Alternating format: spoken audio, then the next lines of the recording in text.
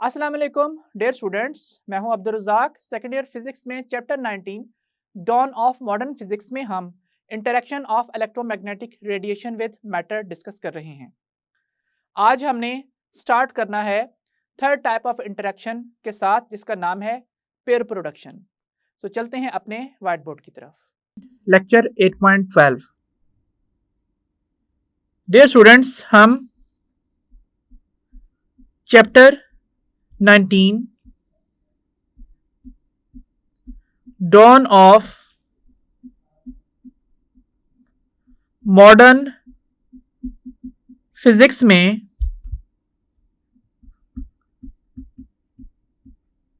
interaction of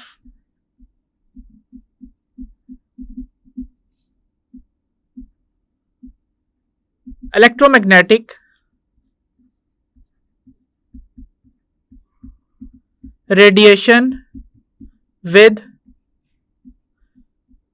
matter discuss कर रहे हैं, और इस सीक्वेंस में हम फोटो इलेक्ट्रिक इफेक्ट और कॉम्पटन इफेक्ट डिटेल में डिस्कस कर चुके हैं।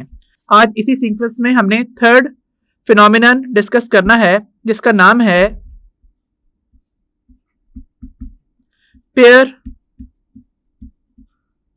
प्रोडक्शन। इसमें हम सबसे पहले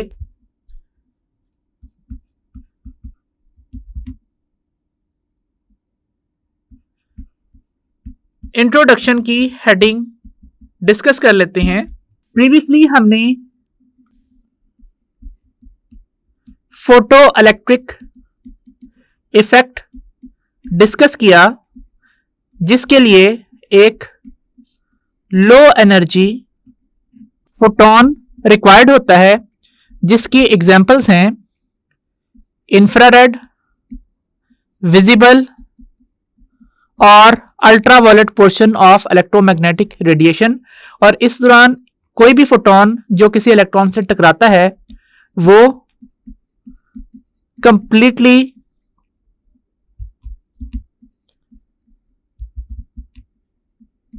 एब्जॉर्ब हो जाता है। उसके बाद जो नेक्स्ट हमने टॉपिक डिस्कस किया था इस सीक्वेंस में, उसका नाम था Compton effect.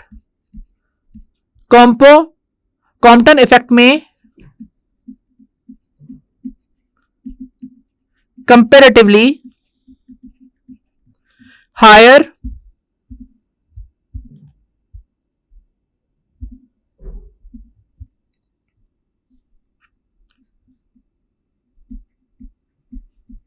Energy photon required होता है। जनरली हम इसे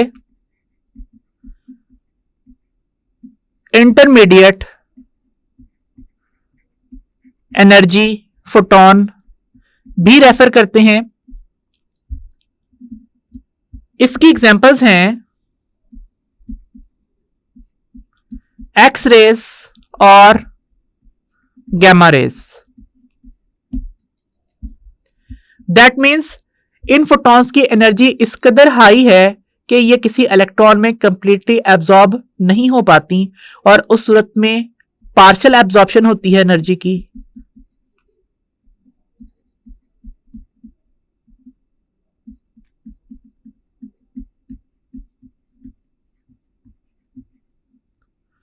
और जो फोटोन है वो कोलिजन के बाद स्कैटर हो जाता है, और ये जो कोलिजन है ये ब्लेड बॉल या फिर स्नूकर की बॉल्स की आपस में कोलिजन से मैच करती है।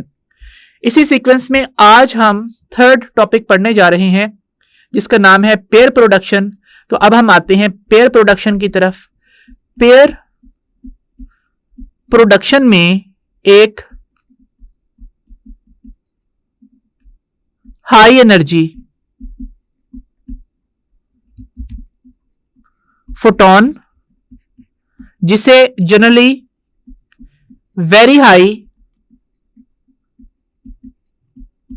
एनर्जी फोटोन कहा जाता है, क्योंकि इसकी एनर्जी प्रीवियस डिस्कस्ड फिनोमिना की निस्बत भी ज्यादा होती है। सो इसकी एग्जांपल है gamma ray photon. When a gamma ray photon carrying sufficient energy comes in vicinity of a heavy nucleus, it splits up into a pair of matter antimatter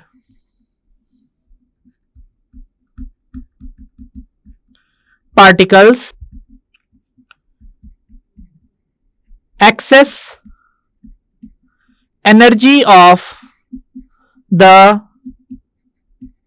gamma ray photon appears as kinetic energy of the pair.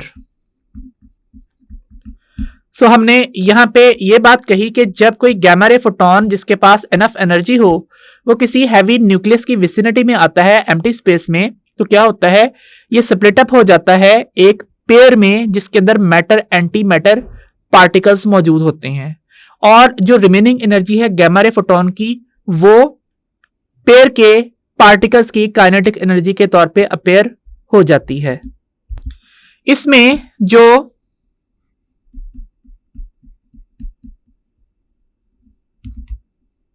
Applicable laws हैं वो कौन कौन से हैं, वो हैं law of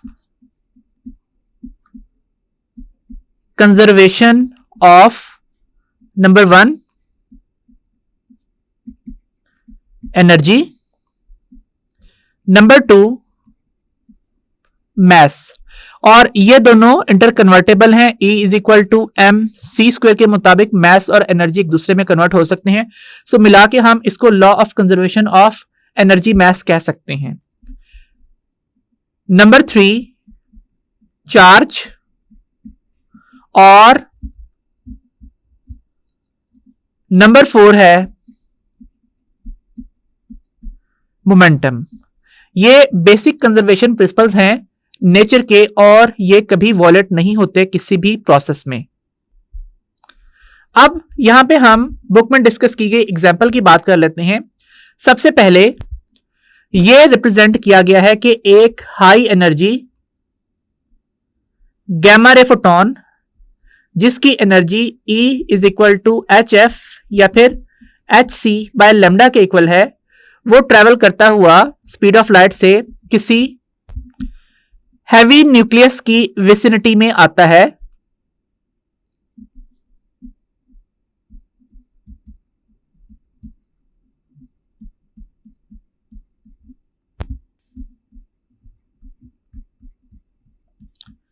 अब जैसे ही ये फोटॉन हैवी न्यूक्लियस की विसिनिटी में आता है तो इससे एक पेयर बन जाता है, और पेयर में 2 पार्टिकल्स मौजूद होते हैं।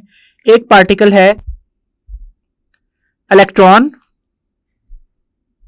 और दूसरा पार्टिकल है इलेक्ट्रॉन का एंटी मैटर पार्टिकल पॉजिट्रॉन। इनका नाम भी लिख देते हैं कि यह है इलेक्ट्रॉन जो कि मैटर पार्टिकल है, और इसके साथ ये जो सेकंड पार्टिकल है इट इज पॉजिट्रॉन, और ये पॉजिट्रॉन इलेक्ट्रॉन का कोरेस्पॉन्डिंग एंटी मैटर पार्टिकल है।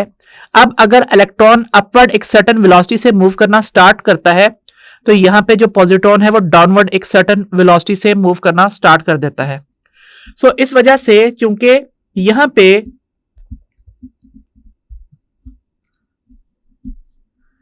एनर्जी ऑफ फोटॉन कन्वर्ट हो गई है किस में, मैस में, सो इन दोनों को कंबाइन कर लीजिए, law of conservation of energy mass applicable है। इसके अलावा यहां पे हैवी न्यूक्लियस मौजूद है। हैवी न्यूक्लियस क्यों मौजूद है कि फोटोन जिसका मोमेंटम इस डायरेक्शन में है, जिसकी value p is equal to h by lambda है और काफी हाई मोमेंटम की वैल्यू है, क्योंकि हाई एनर्जी फोटोन हमने यहां पे डिस्कस किया है। तो इस वजह से क्या होगा कि इस डायरेक्शन का जो मोमेंटम है, जब पार्टिकल्स बनेंगे तो वो कहां जाएगा। अगर हम ये कहें कि यहां पे हैवी न्यूक्लियस मौजूद नहीं है, तो जब ये इलेक्ट्रॉन और पॉजिट्रॉन पेयर बना है तो इस डायरेक्शन वाला मोमेंटम कहां गया। सो इसके लिए यहां पे हैवी न्यूक्लियस का होना लाजमी है। जब ये गैमा रे फोटोन कन्वर्ट हो जाएगा इलेक्ट्रॉन पॉजिट्रॉन पेयर में, तो ये जो हैवी न्यूक्लियस है ये अपनी जगह के ऊपर रिकॉइल करेगा। जिस तरीके से एक गन बुलेट फायर करती है, तो बुलेट फायर करने के बाद गन खुद झटका खाती है, रिकॉइल होती है। सो इस वजह से ये जो हैवी न्यूक्लियस है ये क्या करेगा, ये रिकॉइल करेगा और रिकॉइल करते हुए हॉरिजॉन्टल मोमेंटम कंजर्व करवाएगा। दैट मींस इस सूरत में हैवी न्यूक्लियस के रिकॉइल होने की वजह से हॉरिजॉन्टल मोमेंटम कंजर्व रहेगा और इनिशियल मोमेंटम सिस्टम का फाइनल मोमेंटम के इक्वल रहेगा। और ऐसे ही हम इलेक्ट्रॉन पॉजिट्रॉन पेयर की बात करें तो चूंकि ये electron positron pair opposite direction में चल रहे हैं, एक का मोमेंटम आप प्लस में ले लें, दूसरे का मोमेंटम माइनस में ले लें, तो इस वजह से जो ऑपोजिट वेलोसिटीज हैं इन पार्टिकल्स की, वो vertical momentum of the system को कंजर्व करवाएंगे। सो इस वजह से vertical momentum will be conserved. System का इनिशियल वर्टिकल मोमेंटम 0 था, फाइनल मोमेंटम भी 0 होगा, क्योंकि इलेक्ट्रॉन पॉजिट्रॉन के मैसेज इक्वल होंगे और ये ऑपोजिट डायरेक्शन में ट्रेवल कर रहे होंगे। जब हम वेक्टर्स को स्केलर्स के तौर पर डील करते हैं तो फिर एक डायरेक्शन को पॉजिटिव ले लेते हैं, दूसरी डायरेक्शन को नेगेटिव ले लेते हैं। अगर मैं यहां पे कहूं कि इलेक्ट्रॉन का मोमेंटम इस तरह से लिखा जाएगा, तो जो पॉजिट्रॉन का मोमेंटम है वो इस तरह से लिखा जाएगा, और एक को अगर आप पॉजिटिव लोगे तो दूसरे को नेगेटिव लोगे। जब आप ऐड कर दोगे तो ऐड करने पे सम 0 के इक्वल आएगा। सो इसका मतलब है कि यहाँ पे तमाम कंजर्वेशन के प्रिंसिपल्स जो हैं वो अप्लाई हो चुके हैं। Law of conservation of energy mass, law of conservation of momentum, और इसके अलावा चूंकि जो एक पार्टिकल है उसका चार्ज नेगेटिव है और जो दूसरा पार्टिकल है उसका चार्ज पॉजिटिव है और इक्वल है, ऑपोजिट टाइप के हैं, तो इस वजह से जो सिस्टम का टोटल चार्ज है वो भी कंजर्व्ड रहता है। अब अगर बात की जाए रेस्ट मास ऑफ इलेक्ट्रॉन की, तो इसकी वैल्यू m0 9.1 इंटू 10⁻⁻31 किलोग्राम के ऑलमोस्ट इक्वल होती है। इसके बाद अगर डिस्कस की जाए रेस्ट मास एनर्जी की वैल्यू इलेक्ट्रॉन के लिए, तो उसका एक्सप्रेशन E0 के इक्वल पुट किया जाएगा, और E0 का एक्सप्रेशन क्या है, m0c²। हम इस एक्सप्रेशन में वैल्यूज पुट करते हैं। 9.1 इंटू 10⁻⁻31 किलोग्राम इलेक्ट्रॉन का मास है, और स्पीड ऑफ लाइट की वैल्यू ऑलमोस्ट 3 इंटू 10⁸ मीटर पर सेकेंड के इक्वल है, और इस टर्म का यहां पे स्क्वायर लेना है। इसलिए E0 की वैल्यू क्या बनेगी, 9.1 into 10⁻⁻31 kilogram into 9 into 10⁻16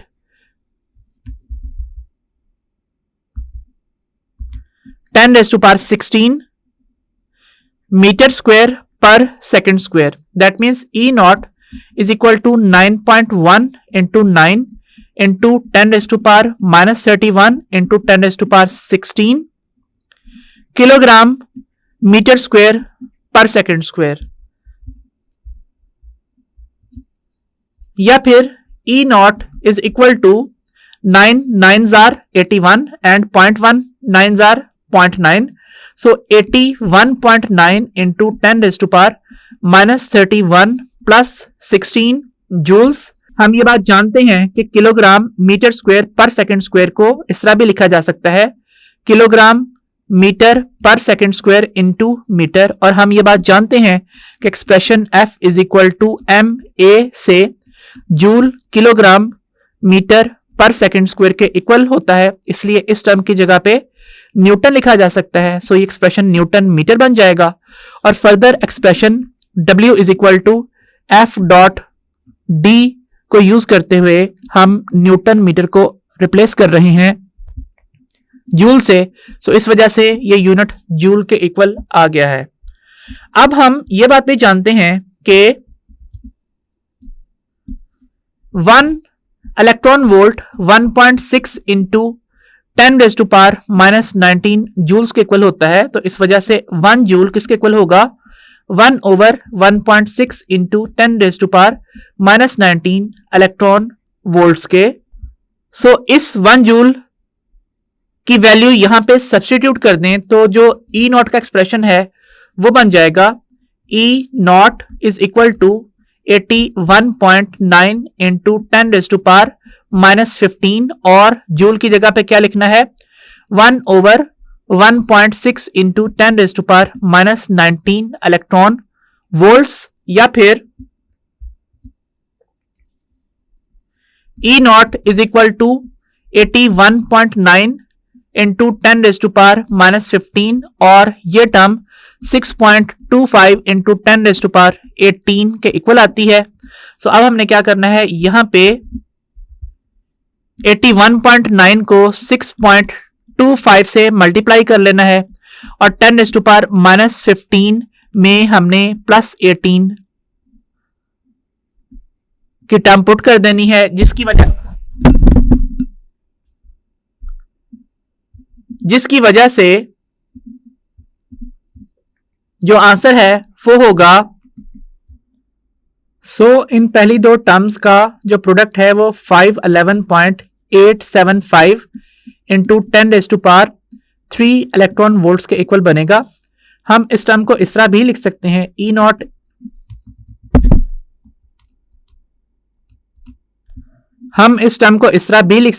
E not is equal to 0.511875 into 10⁻³ into 10⁻³ electron volt. That means आप 1000 से मल्टीप्लाई करेंगे इस टर्म को तो अगेन 511.875 आ जाएगा। So E not is equal to 0.512। हमने यहां पे इसको राउंड ऑफ किया, ये 8 बन गया, इसको राउंड ऑफ किया, ये 9 बन गया, 9 को राउंड ऑफ किया, ये 12 बन गया, और साथ 10⁻³ प्लस 3 इलेक्ट्रॉन वोल्ट लिखना है। फर्दर इस 2 को भी राउंड ऑफ कर रहे हैं, इससे E नॉट का एक्सप्रेशन 0.51 इंटू 10⁻6 इलेक्ट्रॉन वोल्ट बन जाएगा। और फर्दर हम इस वैल्यू को E not is equal to 0.51 mega electron volt लिखेंगे। So what is the energy required to make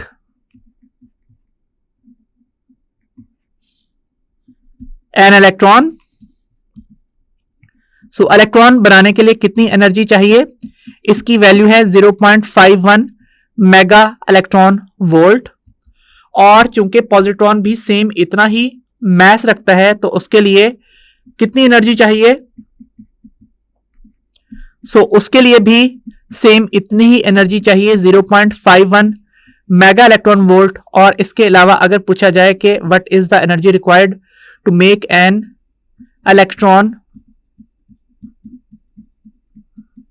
positron pair, तो उसके लिए क्या करना है, हमने सिंपली 0.51 मेगा इलेक्ट्रॉन वोल्ट में 0.51 मेगा इलेक्ट्रॉन वोल्ट को ऐड कर देना है। इससे आंसर आएगा 1.02 मेगा इलेक्ट्रॉन वोल्ट के equal. 1.02 mega electron volt energy हमें रिक्वायर्ड होगी एक इलेक्ट्रॉन पॉजिट्रॉन पेयर बनाने के लिए। अगर हमारे इस केस में incoming photon 1.02 mega electron volt energy carry करेगा, तो इसमें से 0.51 mega electron volt energy electron बनाने के लिए और 0.51 mega electron volt energy positron pair बनाने के लिए इस्तेमाल हो जाएगी। और इस वक्त इन दोनों पार्टिकल्स की जो वेलोसिटी की वैल्यू है इस केस में वो कितनी होगी, वो 0 के इक्वल होगी। सो अगर यहां पे इलेक्ट्रिक फील्ड ना अप्लाई की गई तो ये इलेक्ट्रॉन पॉजिट्रॉन पेयर आपस में मिल जाएगा और फिर से इलेक्ट्रोमैग्नेटिक रेडिएशन में तब्दील हो जाएगा। इससे बचाने के लिए हमें इस रीजन में इलेक्ट्रिक फील्ड अप्लाई करनी पड़ेगी। सो लेट्स से हम कहते हैं कि यहां पे इस रीजन में इस डायरेक्शन में हमने इलेक्ट्रिक फील्ड भी अप्लाई की हुई है।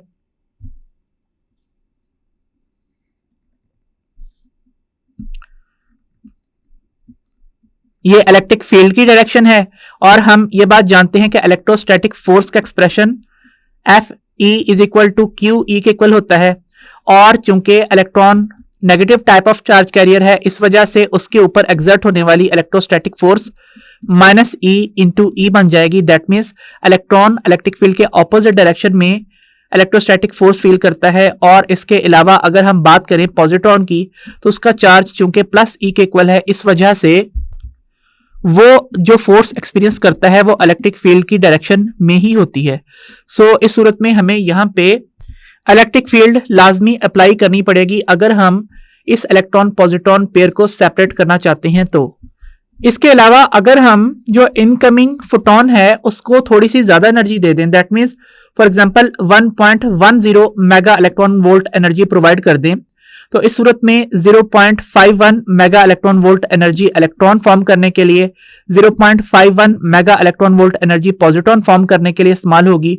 और बाकी जो 0.08 मेगा इलेक्ट्रॉन वोल्ट एनर्जी है उसमें से 0.04 mega electron volt kinetic energy of electron के तौर पे अपेयर होगा और 0.04 मेगा इलेक्ट्रॉन वोल्ट की एनर्जी अपेयर होगी काइनेटिक एनर्जी ऑफ प्रोटॉन की सूरत में। आप इस एनर्जी को जिस कदर ज्यादा इंक्रीज करते चले जाएंगे उस कदर ही ज्यादा इस इलेक्ट्रॉन पॉजिट्रॉन पेयर की काइनेटिक एनर्जी होती चली जाएगी। और ये एनर्जी अगर इस कदर ज्यादा हुई कि उसने अट्रैक्टिव फोर्सेस को ओवरकम कर लिया, तो फिर इलेक्ट्रिक फील्ड की एप्लीकेशन के बगैर भी इस पेयर के अंदर मौजूद इलेक्ट्रॉन और पॉजिट्रॉन को सेपरेट किया जा सकता है। दैट मीन्स अगर मैं यहां पे इक्वेशन लिखूं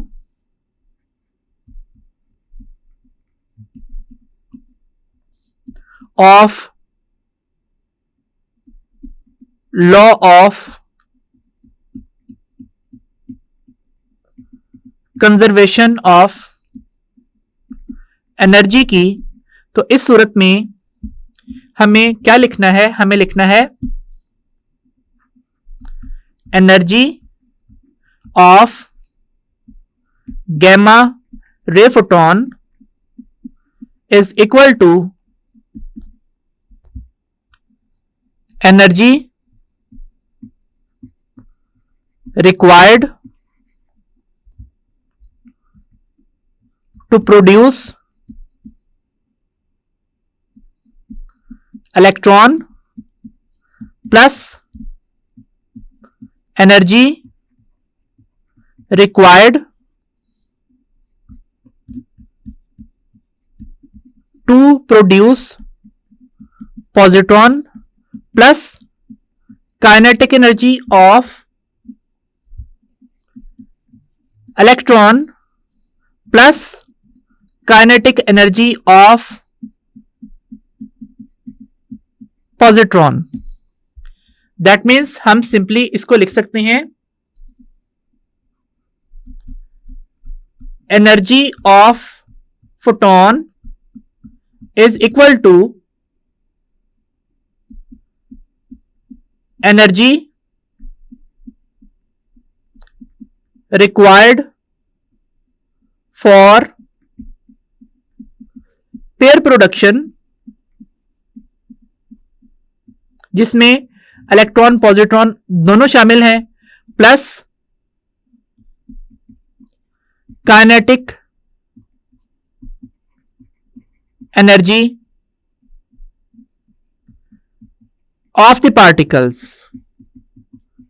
जिनमें अगेन इलेक्ट्रॉन पॉजिट्रॉन दोनों की काइनेटिक एनर्जीज शामिल हैं। सो अब अगर हम इनकमिंग फोटोन की एनर्जी को HF लिख लें तो इससे एक्सप्रेशन बन जाएगा m0 c square plus m0 c square. ये इलेक्ट्रॉन के लिए रिक्वायर्ड एनर्जी है और इतनी ही एनर्जी पॉजिट्रॉन के लिए भी रिक्वायर्ड है, plus kinetic energy of electron E लिख लीजिए या फिर यहां पे नेगेटिव साइन लिख लीजिए, या फिर आप इस तरीके से सिंबल इधर भी लिख सकते हैं, और plus kinetic energy of positron, उसके लिए यहां प्लस लिखा जा सकता है या फिर हम यहां पे E प्लस भी लिख सकते हैं। अब चूंकि ये दोनों टर्म सिमिलर हैं तो हम इस एक्सप्रेशन को बना लेते हैं HF is equal to 2m0 c square plus kinetic energy of electron plus kinetic energy of positron. So ये पेयर प्रोडक्शन की जो है फाइनल इक्वेशन है। अब मैं आपको इसकी एक्चुअल एग्जांपल समझाता हूं। सो हेडिंग यहां पे लिखते हैं एक्चुअल एग्जाम्पल। अब एक्चुअल एग्जाम्पल से पहले जरा मैं आपको यह भी बताता चलूं कि न्यूट्रॉन डिके की इक्वेशन क्या है। न्यूट्रॉन डिके तब होता है जब एक न्यूट्रॉन जो कि एक न्यूट्रल पार्टिकल है वो ब्रेक डाउन करके बना लेता है प्रोटॉन और साथ एक इलेक्ट्रॉन और साथ एक एंटी न्यूट्रिनो। सो यहां पे क्या मौजूद है, इधर मौजूद है न्यूट्रॉन, इधर मौजूद है प्रोटॉन, यहां मौजूद है इलेक्ट्रॉन और यहां मौजूद है एक स्मॉल सब एटॉमिक पार्टिकल एंटी न्यूट्रिनो। इसकी इक्वेशन किस तरह से लिखी जाती है, न्यूट्रॉन जिसका एटॉमिक नंबर 0 है, इसका मास नंबर 1 है और चार्ज नंबर 0 है। जबकि प्रोटॉन की बात की जाए तो प्रोटॉन का एटॉमिक नंबर 1 है, मास नंबर भी 1 है और चार्ज नंबर भी +1 है। इस वजह से यहां पे जो इलेक्ट्रॉन इमिट होगा इसका मास नंबर 0 होगा, चार्ज नंबर -1 होगा और इसका एटॉमिक नंबर -1 होगा ताकि ये 1 और -1 ऐड होकर दोबारा 0 बना सकें, और साथ एक एंटी न्यूट्रिनो पार्टिकल इमिट होगा जो कि सब एटॉमिक पार्टिकल है। फर्दर ये इक्वेशन इस तरह भी लिखी जा सकती है N010 change into hydrogen nucleus, और इस इलेक्ट्रॉन को जो कि न्यूक्लियस के अंदर से न्यूट्रॉन के ब्रेकडाउन की वजह से इमिट होता है उसे हम बीटा नेगेटिव पार्टिकल कहते हैं, और साथ एक एंटी न्यूट्रिनो पार्टिकल रिलीज होता है। सो इसका मतलब है न्यूट्रॉन बेसिकली प्रोटॉन, इलेक्ट्रॉन और एंटी न्यूट्रिनो से मिलके बनता है। दैट मीन्स प्रोटॉन पे पॉजिटिव चार्ज क्यों है, क्योंकि ये एक न्यूट्रॉन था और अब इसके पास से एक इलेक्ट्रॉन चला गया, इलेक्ट्रॉन की कमी हो गई और इलेक्ट्रॉन डेफिशिएंसी की वजह से इसके ऊपर पॉजिटिव चार्ज आना शुरू हो गया। सो ये न्यूट्रॉन डिके की इक्वेशन है और ये जो प्रोसेस है ये एक्चुअली एक्सोथर्मिक है।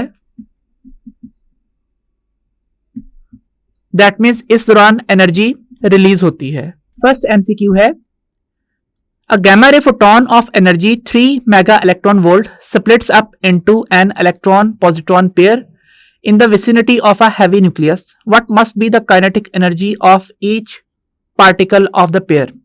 तो हम ये बात जानते हैं कि एनर्जी जो किसी फोटोन की होती है वो किसके इक्वल होती है, वो 2m0 c स्क्वायर के इक्वल होती है, जहां पे m0 है mass of one particle of the pair, और साथ काइनेटिक एनर्जी किसकी बनती है, नेगेटिव चार्ज कैरिंग पार्टिकल की और पॉजिटिव चार्ज कैरिंग पार्टिकल की, या आप सिंपली इसे भी मिला के 2 टाइम्स ke लिख सकते हैं।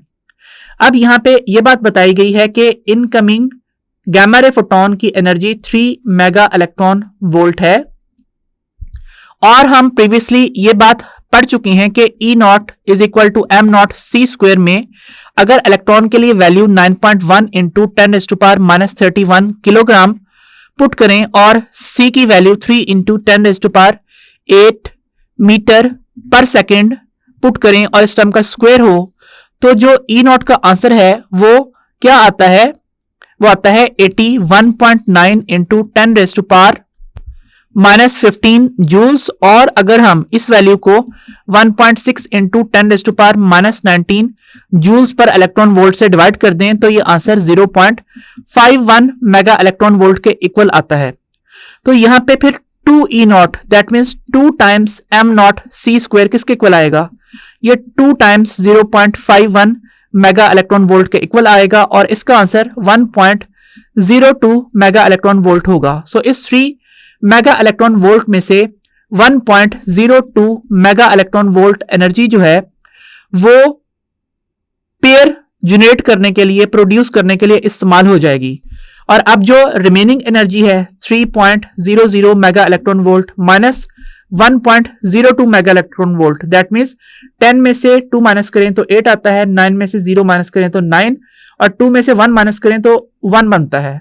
सो यहां पे दो पार्टिकल्स की जो काइनेटिक एनर्जी है कंबाइंड फॉर्म में वो 1.92 मेगा इलेक्ट्रॉन वोल्ट के इक्वल होगी। हमसे चूंकि ईच पार्टिकल का पूछा गया है, 1 पार्टिकल का पूछा गया है, तो हमने इस 1.98 मेगा इलेक्ट्रॉन वोल्ट की एनर्जी को फिर से 2 से डिवाइड कर देना है, जिससे आंसर आएगा 0.99 मेगा इलेक्ट्रॉन वोल्ट के equal. That is our option B. So B correct option है। अब नेक्स्ट क्वेश्चन क्या है?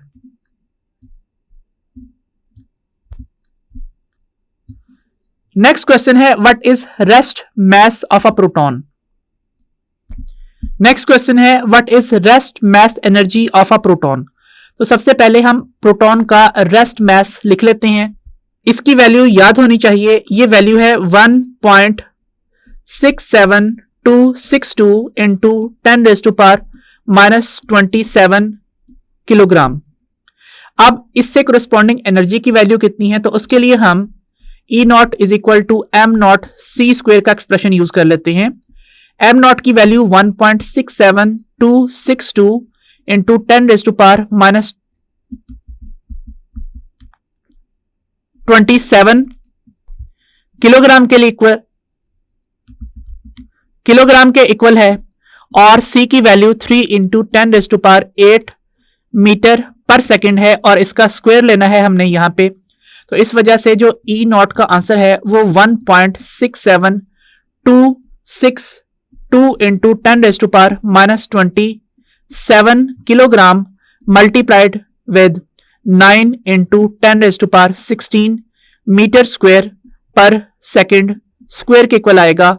और कैलकुलेटर पे आप इन वैल्यूज को मल्टीप्लाई कर लीजिए, ये वैल्यू बन जाएगी 15.05358 इंटू 10⁻⁻27 प्लस 16 जूल्स, या फिर E naught is equal to 15.05358 into 10⁻⁻11 joules. और अब हम इसको इलेक्ट्रॉन वोल्ट में कन्वर्ट कर देते हैं। So E naught is equal to 15.05358 into 10⁻⁻11 joules divided by 1.6 into 10⁻⁻19 joules पर इलेक्ट्रॉन वोल्ट। तो अब जूल से कैंसिल आउट होगा, जो टर्म डिनोमिनेटर से भी डिनोमिनेटर में होती है वो न्यूमरेटर में आती है। इस वजह से ई नॉट का एक्सप्रेशन क्या बन जाएगा? ये बन जाएगा 940848750 इलेक्ट्रॉन वोल्ट्स। अगर मैं यहां पे डेसिमल को 6 प्लेसेस पीछे मूव कर दूं तो ये वैल्यू लिखी जाएगी 940.8 इंटू 10⁻6 इलेक्ट्रॉन वोल्ट। 940.8 को राउंड ऑफ कीजिए 941 बनेगा और 10⁻6 को मेगा लिख लीजिए, इलेक्ट्रॉन वोल्ट इसके यूनिट्स हैं। सो 941 मेगा इलेक्ट्रॉन वोल्ट प्रोटॉन का रेस्ट मास एनर्जी, प्रोटॉन की रेस्ट मास एनर्जी की वैल्यू है।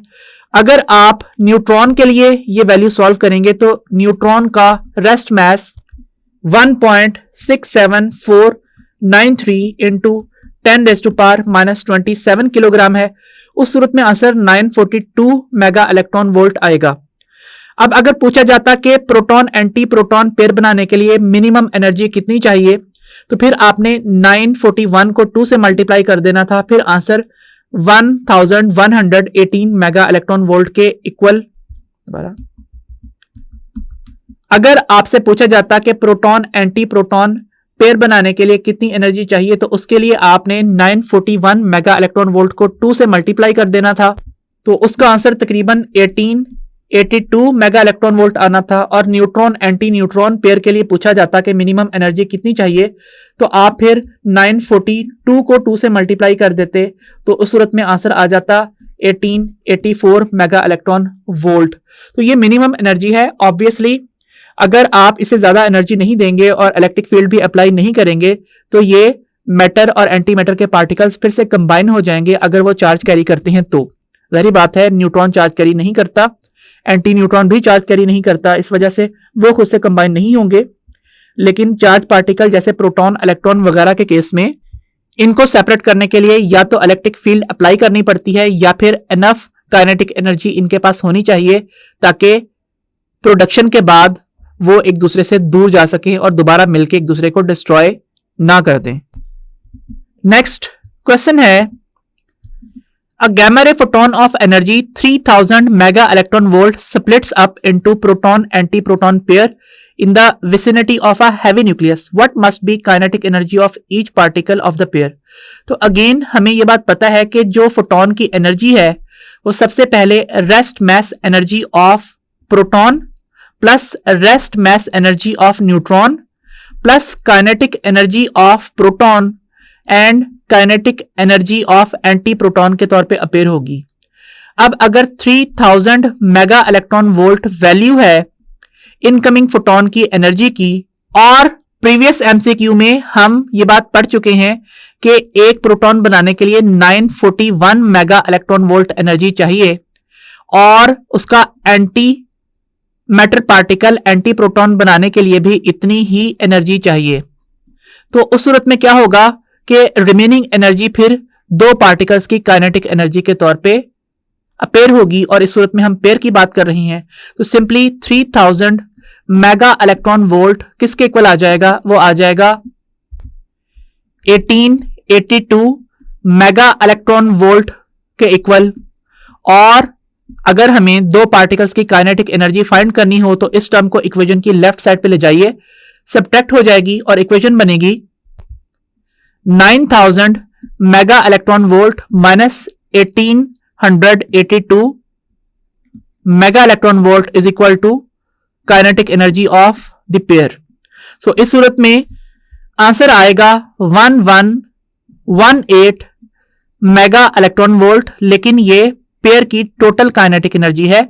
हमसे ईच पार्टिकल का पूछा गया है तो हम इस वैल्यू को 2 से डिवाइड कर देते हैं, तो इस सूरत में एक अकेले पार्टिकल की काइनेटिक एनर्जी आ जाएगी और इसकी वैल्यू कितनी होगी 559 मेगा इलेक्ट्रॉन वोल्ट के equal. That is our option A. So dear students, आज हमने एनर्जी और मास की इंटर कन्वर्जन की डिटेल्स डिस्कस की। अंटिल द नेक्स्ट लेक्चर, अल्लाह हाफिज।